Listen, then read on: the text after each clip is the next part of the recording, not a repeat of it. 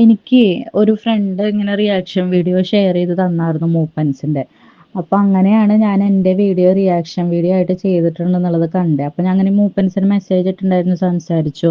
അപ്പൊ അതിനുശേഷം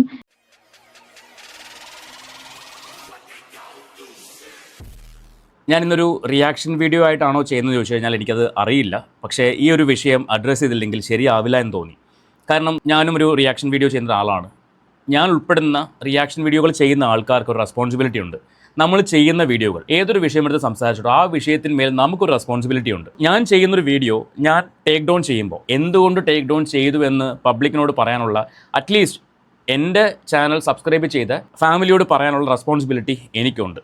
ഇത് പറയാൻ കാരണം, കഴിഞ്ഞ ദിവസം ബഷീർ വിഷയവുമായിട്ട് ബന്ധപ്പെട്ട് നമ്മൾ സംസാരിച്ചപ്പോൾ അതിനകത്ത് ഞാൻ മൂപ്പൻസ് വ്ലോഗിലെ ശരത്തേട്ടനെ കുറിച്ച് സംസാരിച്ചിട്ടുണ്ടായിരുന്നു. ആ വീഡിയോ കണ്ടതിന് ശേഷം മൂപ്പൻ ആ പെൺകുട്ടിയെ വിളിച്ചു. ആ പെൺകുട്ടിയെ വിളിച്ചിട്ട് ചോദിച്ച കുറച്ച് കാര്യങ്ങളുണ്ട്. ഞാൻ കുട്ടിയെ സപ്പോർട്ട് ചെയ്തുകൊണ്ടാണ് വീഡിയോ ചെയ്തത്. ഞാൻ കുട്ടിക്ക് എതിരായിട്ടൊന്നും സംസാരിച്ചിട്ടില്ല. പിന്നെ ഞാൻ വീഡിയോ ടേക്ക് ഡൗൺ ചെയ്തത് അതെന്തുകൊണ്ടാണെന്നും എന്തൊക്കെയാണ് പെൺകുട്ടിയോട് സംസാരിച്ചതെന്നും അല്ലെങ്കിൽ ആ പെൺകുട്ടിയുടെ ഇപ്പോഴത്തെ മാനസികാവസ്ഥ എന്താണെന്നും ഒക്കെ ആ പെൺകുട്ടി തന്നെ നമ്മളോട് പറയുന്നുണ്ട്. നമുക്ക് ഒന്ന് കേട്ട് നോക്കാം. എനിക്ക് ഒരു ഫ്രണ്ട് ഇങ്ങനെ റിയാക്ഷൻ വീഡിയോ ഷെയർ ചെയ്ത് തന്നായിരുന്നു മൂപ്പൻസിന്റെ. അപ്പൊ അങ്ങനെയാണ് ഞാൻ എൻ്റെ വീഡിയോ റിയാക്ഷൻ വീഡിയോ ആയിട്ട് ചെയ്തിട്ടുണ്ടെന്നുള്ളത് കണ്ടത്. അപ്പൊ ഞാൻ അങ്ങനെ മൂപ്പൻസിന് മെസ്സേജ് ഇട്ടുണ്ടായിരുന്നു, സംസാരിച്ചു. അപ്പൊ അതിനുശേഷം പിന്നെ ഞാൻ നോക്കിയപ്പോൾ പിറ്റേ ദിവസം നോക്കിയപ്പോൾ ആ വീഡിയോ ചാനലിൽ കണ്ടില്ല. അപ്പൊ ഞാൻ അങ്ങനെ മൂപ്പന് മെസ്സേജ് അയച്ചിട്ട് ചോദിച്ചു, ചേട്ടൻ ഇങ്ങനെ കണ്ടില്ലല്ലോ, അപ്പോൾ എന്ത് പറ്റിയെന്ന് ചോദിച്ചപ്പോഴാണ് ആ ചേട്ടൻ പറഞ്ഞത് ഞാൻ അങ്ങനെ വിളിക്കാനായിട്ട് ഇരിക്കുകയായിരുന്നു എന്ന് പറഞ്ഞത്. എന്നിട്ട് പറഞ്ഞു ഇങ്ങനെ അവൻ വിളിച്ചിട്ടുണ്ടായിരുന്നു, നിങ്ങളുടെ ഇഷ്യൂവിനെ പറ്റിയിട്ടൊക്കെ പറഞ്ഞു, കേസായിട്ട് പോവും, ചാനലിനൊക്കെ എന്തെങ്കിലും പറ്റും എന്നുള്ള രീതിക്ക് സംസാരിച്ചു.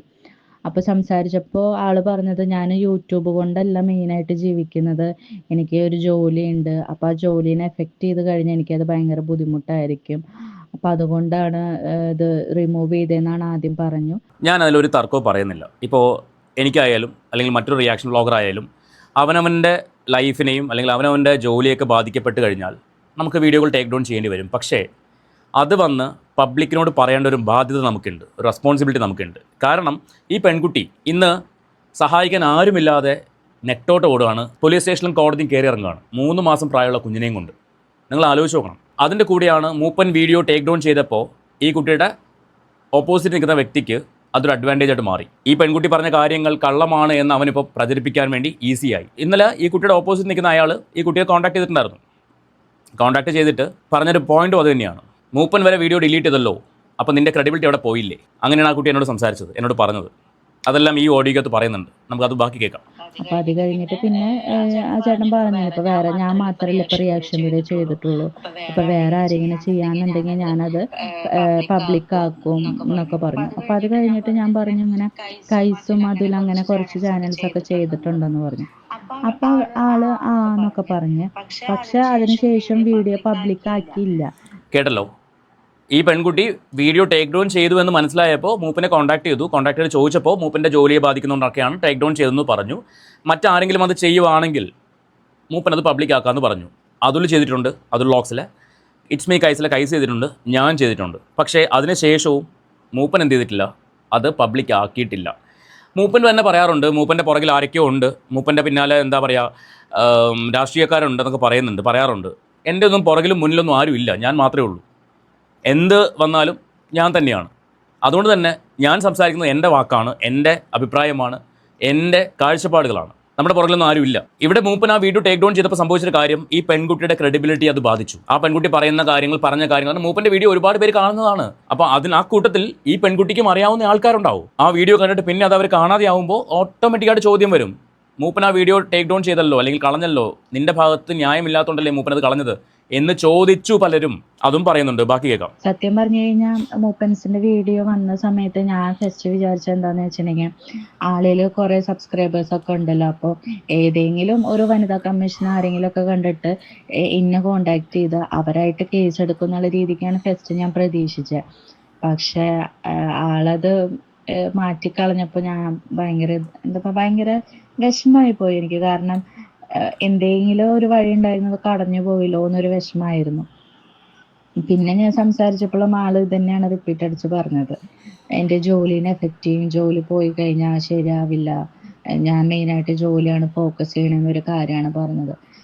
ഈ പറയണ ആരും ഇപ്പൊ കൈസ ആണെങ്കിലും അതുലാണെങ്കിലും ഇപ്പൊ മൂപ്പൻസ് ആണെങ്കിലും ആരും എന്നോട് ചോദിച്ചിട്ടല്ല, അല്ലെങ്കിൽ എൻ്റെ കാര്യം എനിക്ക് മെസ്സേജ് ഇട്ടിട്ടോ കാര്യങ്ങളൊന്നും ചെയ്തിട്ടല്ല അവർ റിയാക്ഷൻ വീഡിയോ ചെയ്തത്. അവരവരുടെ ഇഷ്ടത്തിന് എൻ്റെ വീഡിയോ ജെന്യുവൻ ആണെന്ന് തോന്നിയത് കൊണ്ടാണ് അവർ ചെയ്തത്. പക്ഷെ അത് ഡിലീറ്റ് ചെയ്യുന്ന സമയത്ത് അല്ലെങ്കിൽ പ്രൈവറ്റ് ആക്കുന്ന സമയത്ത് ഇത്രയും പേര് കണ്ടിട്ടുണ്ടല്ലോ, അപ്പോൾ എന്താ പറയുക, അവനതൊരു കോൺഫിഡൻസ് ആയിപ്പോയി. നിന്റെ വീഡിയോ കണ്ടില്ലേ, ഇന്നാളെ ഡിലീറ്റ് ചെയ്തു, ഇത്രയും സബ്സ്ക്രൈബേഴ്സ് ഉള്ള ആൾക്കാർ ഡിലീറ്റ് ചെയ്തു, നിനക്ക് എന്ത് വിലയുണ്ട്, നീ പറഞ്ഞതൊക്കെ നോണയാന്നപ്പോൾ ആൾക്കാർ വിശ്വസിക്കണില്ലേ എന്നൊരു ടോക്കും കൂടി വന്നപ്പോൾ എനിക്ക് ഭയങ്കര അത് ബുദ്ധിമുട്ടായി. മാനസികമായിട്ട് തകർന്നു നിന്ന ഒരാളെ ശരിക്കും വീണ്ടും അത് തകർത്തു എന്നുള്ളതാണ്. ഇത്രയും സബ്സ്ക്രൈബേഴ്സ് ഉള്ള ഇത്രയധികം സോഷ്യൽ വാല്യൂ ഉള്ളൊരു വ്യക്തി ആ വീഡിയോ ഡിലീറ്റ് ചെയ്തപ്പോൾ അല്ലെങ്കിൽ ടേക്ക് ഡൗൺ ചെയ്തപ്പോൾ ഓപ്പോസിറ്റ് നിൽക്കുന്ന വ്യക്തി പറയുന്നു, നിനക്കെന്ത് വാല്യൂ ഉള്ളത്, നീ പറഞ്ഞ കാര്യങ്ങൾ കള്ളമാണെന്ന് പബ്ലിക്കിലേക്ക് എത്തിയില്ലേ, അതുകൊണ്ടല്ലേ അയാൾ വീഡിയോ ടേക്ക് ഡൗൺ ചെയ്തത്, കളഞ്ഞത്.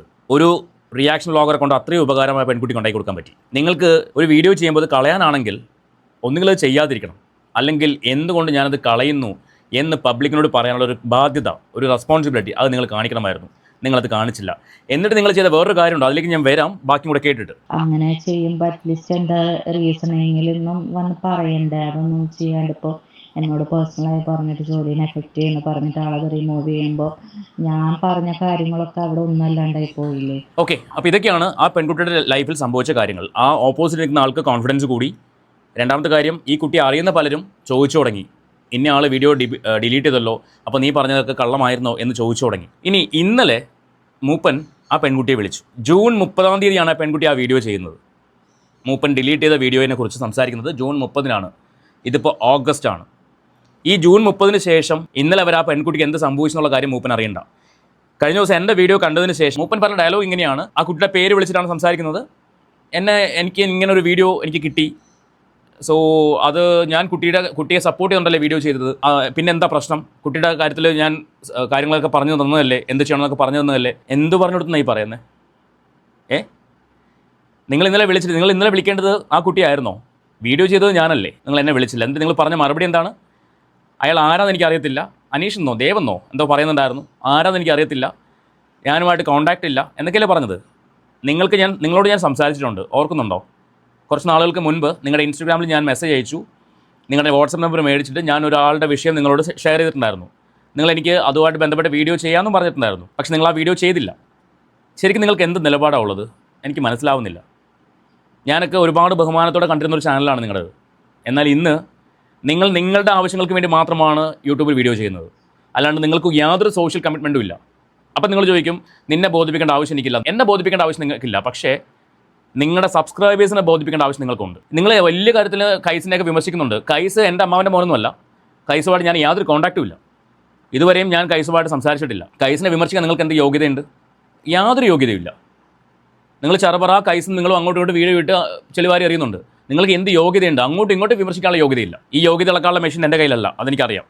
നാളെ എനിക്കും തെറ്റ് സംഭവിക്കാം. പക്ഷേ തെറ്റ് സംഭവിച്ചാൽ അത് പബ്ലിക്കിൽ വന്ന് പറയാനുള്ള ചങ്കൂറ്റമുണ്ട്.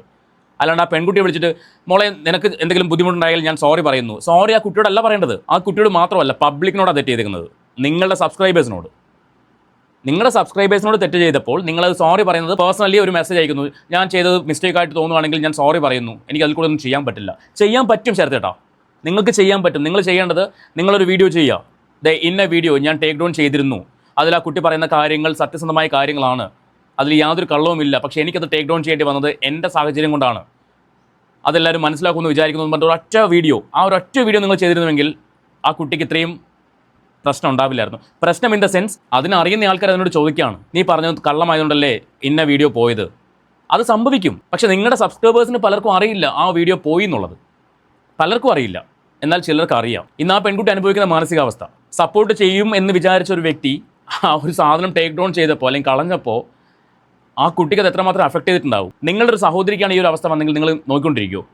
നിങ്ങൾ ആ വീഡിയോ എടുത്ത് കളയുമോ നിങ്ങൾ സംസാരിച്ചിട്ട്? അപ്പോൾ നിങ്ങൾക്ക് എന്ത് നിലപാടാണ് ഉള്ളത്? എന്ത് വ്യക്തിത്വമാണ് ഉള്ളത്? ഇതൊന്നും ചോദിക്കാൻ ഞാൻ ആളല്ല, പക്ഷേ ഞാൻ ചോദിച്ചു പോവുകയാണ്. വളരെ വിഷമത്തോടെയാണ് ആ കുട്ടി സംസാരിച്ചത്. കഴിഞ്ഞ ദിവസം ഞാൻ ചെയ്ത വീഡിയോയ്ക്ക് അതൊരു മിസ്റ്റേക്ക് വന്നപ്പോൾ ആ കുട്ടി എന്നെ ഇങ്ങോട്ട് കോൺടാക്ട് ചെയ്തു, ചേട്ടാ അതൊന്ന് ഒഴിവാക്കി തരാമോ എന്ന് ചോദിച്ചു. ഞാനത് അപ്പോൾ തന്നെ ട്രിം ചെയ്ത് കൊടുക്കുകയും ചെയ്തു. കുഞ്ഞു കുട്ടിയാണ് കൂടെയുള്ളത്, ഒരു പിഞ്ചു കുഞ്ഞ്.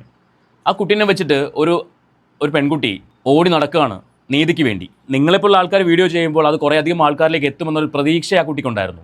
ആ പ്രതീക്ഷയാണ് നിങ്ങൾ നശിപ്പിച്ചത്. അതിനോടും കൈസിനോടൊക്കെ എനിക്കുള്ള റെസ്പെക്ട് ഈ ഒരു കാര്യത്തിൽ, ഈ വീഡിയോ അവർ കളഞ്ഞിട്ടില്ല. എനിക്കൊരു കോൾ വന്നിട്ടില്ല, എനിക്കൊരു മെസ്സേജ് വന്നിട്ടില്ല.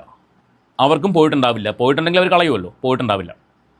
നിങ്ങൾക്ക് മാത്രമേ വന്നിട്ടുള്ളൂ. എന്തുകൊണ്ട്? നിങ്ങളുടെ വീഡിയോകൾ ഒരുപാട് പേരിലേക്ക് എത്തും എന്നുള്ളൊരു എക്സ്പെക്ടേഷൻ ആൾക്കാർക്കുണ്ട്. അത് എത്താതിരിക്കാൻ വേണ്ടിയാണ് നിങ്ങളോട് ടേക്ക് ഡൗൺ ചെയ്യിച്ചത്. ചെയ്യിച്ചവർ വിജയിച്ചു. പക്ഷേ നിങ്ങൾ തോൽപ്പിച്ചത് ഒരു പെൺകുട്ടിയാണ്. സീരിയസ്ലി ഒരു പെൺകുട്ടിയുടെ മനസ്സിനാണ് നിങ്ങൾ തോൽപ്പിച്ചത്. അത് പറയാതിരിക്കാൻ വയ്യ. എന്നിട്ട് നിങ്ങളുടെ ഒരു സോറി അല്ലേ, അത് പേഴ്സണലി വിളിച്ചിട്ട് സോറി, ഞാൻ ചെയ്ത തെറ്റ് ഞാൻ കുട്ടിയുടെ നന്മയ്ക്ക് വേണ്ടി ചെയ്തതാണ്. എന്ത് നന്മ അതിനകത്ത് നിങ്ങൾ കണ്ടത്, നിങ്ങൾ ചെയ്തത്? നിങ്ങൾ ആ വീഡിയോ കളഞ്ഞതോടുകൂടി നിങ്ങൾ എന്ത് നന്മയാണ് ചെയ്തത്? ആ വീഡിയോ ഇട്ടിരുന്നെങ്കിൽ അതിലൊരു മനുഷ്യത്വമുണ്ടെന്ന് പറയാം. അത് കളഞ്ഞതോടുകൂടി നിങ്ങൾ എന്ത് നന്മയാണ് അതിൽ ചെയ്തത്? എനിക്ക് മനസ്സിലാവുന്നില്ല. നിങ്ങൾ ഇന്നലെ പറഞ്ഞ വാക്കാണല്ലോ, ഞാൻ കുട്ടിയുടെ നന്മയെ കരുതി ചെയ്തതാണ്, ഞാൻ കുട്ടിക്ക് വേണ്ടിയുള്ള കാര്യങ്ങൾ പറഞ്ഞു തന്നതാണല്ലോ. എനിക്കറിയുന്നില്ല എന്ത് നന്മയാണ് അതിൽ നിന്ന് ഉണ്ടാക്കിയെന്നുള്ളത്. നിങ്ങൾക്കും എനിക്കും ഒരു വിഷയം കണ്ടാൽ അത് കണ്ടൻറ്റാണ്.